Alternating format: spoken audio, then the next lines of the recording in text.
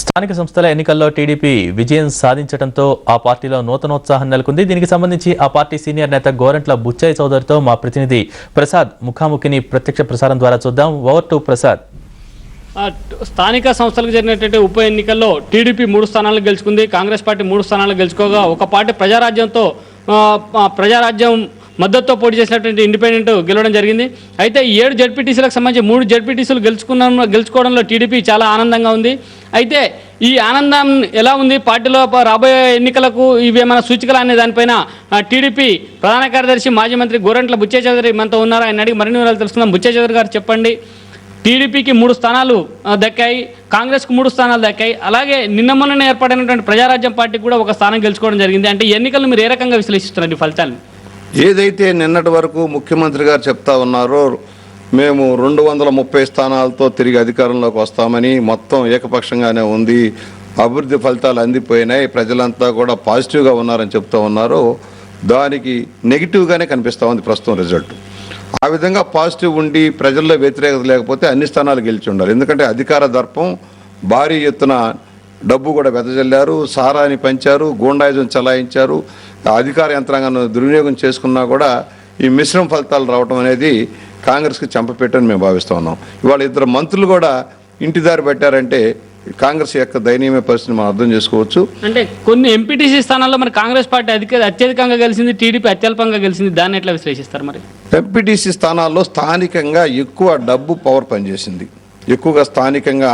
ఎందుకంటే అధికారంలో ఉన్నాం, ఇంకా మీకు పనులు కావాలంటే ప్రలోభాలకు గురి చేశారు, ఈ ప్రభావం పనిచేసింది. అయితే జనరల్ ఎలక్షన్ వెళ్ళేటప్పుడు ఇవన్నీ పనిచేయవు. స్థానికంగా చిన్న స్వల్పమైన వారు ఏరియాలు కనుక ఈ ప్రభావాలు పనిచేసినా రాబోయే రోజుల్లో పనిచేయవు.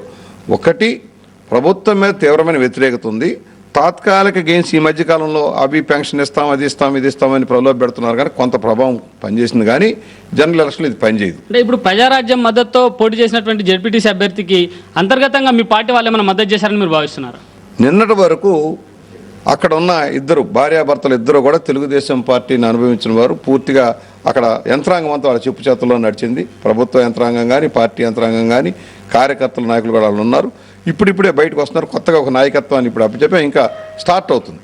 అక్కడ పార్టీని బలోపేతం చేసే కార్యక్రమం జస్ట్ స్టార్ట్ అవుతుంది. ఈ సందర్భంలో వచ్చిన ఎన్నికగా కొంత ఫలితం మాకు ఇబ్బందికరంగా ఉన్నా, ఆల్రెడీ ఎస్టాబ్లిష్డ్ నాయకుడు కనుక అక్కడి నుంచి మళ్ళీ పార్టీ ఇదిగో మాది అని చెప్పుకునేదానికి ఇప్పుడు ఒక నాయకుడు వచ్చాడు.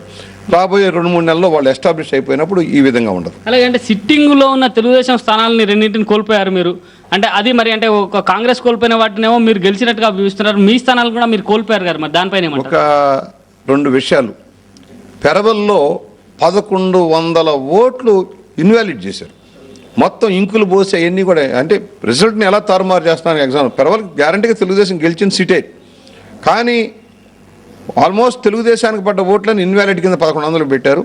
అక్కడ కొంచెం గందరగోళం చేశారు కనుక పెరవల్ వచ్చింది, లేకపోతే అది కూడా మేమే గెలిచిన స్థానమే. అందువల్ల ఈ పరిస్థితుల్లో గెలిచిన స్థానాల్లో కూడా కాంగ్రెస్ స్వల్ప మెజార్టీతో గెలిచింది. ప్రజారాజ్యానికి సంబంధించి వచ్చింది. మా వారికి తూర్పుగోదావరి జిల్లాలో ప్రత్యేక పరిస్థితుల్లో గతంలో తెలుగుదేశం పార్టీలో గెలిచిన వ్యక్తి ఒక సామాజిక వర్గం అంతా కూడా కాంగ్రెస్లోకి వెళ్ళడం వల్ల అక్కడ రిజల్ట్ కొంత ఇదిగా ఉంది. బలహీన వర్గాల వారిని పెట్టి గెలిపించాలని ఒక ప్రయత్నం తెలుగుదేశం చేసింది.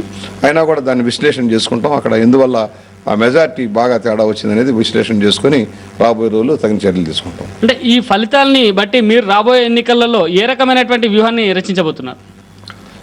తెలుగుదేశానికి, మిత్రపక్షాలకి అనుకూలమైన విధానాల్లో ప్రజలు ఉన్నారు. తప్పకుండా ఈ 3 పార్టీలు రాబోయే రోజుల్లో ప్రజా సమస్యల మీద పోరాటం తీసుకుంటాయి. కలిసికట్టుగా వ్యూహాత్మకంగా వెళ్తాం. ఎక్కడెక్కడ బలహీనంగా ఉన్నాం అక్కడ పటిష్టం చేసుకోవటం, అందరం కలిసి నాయకులను, కార్యకర్తల్లో ఎక్కడైనా లోపాలు ఉంటే వాటి సర్దిద్దుకుంటూ ముందుకు వెళ్తాం. తప్పకుండా ప్రజలని భాగస్వామ్యాలుగా చేసుకుంటూ విజయం సాధిస్తాం. రాబోయే ఎన్నికలలో అంటే ఈ ఉప ఎన్నికల్లో జరిగినటువంటి విజయాల్ని ఆసరాగా చేసుకొని రాబోయే ఎన్నికలలో ప్రజల వద్దకు పోయి మిత్రపక్షాల అభ్యర్థుల్ని గెలిపించుకుంటామని, రాబోయే 2009 ఎన్నికలలో అధికారాన్ని చేపడతామని చెప్పి వారు అంటున్నారు. Over to studio.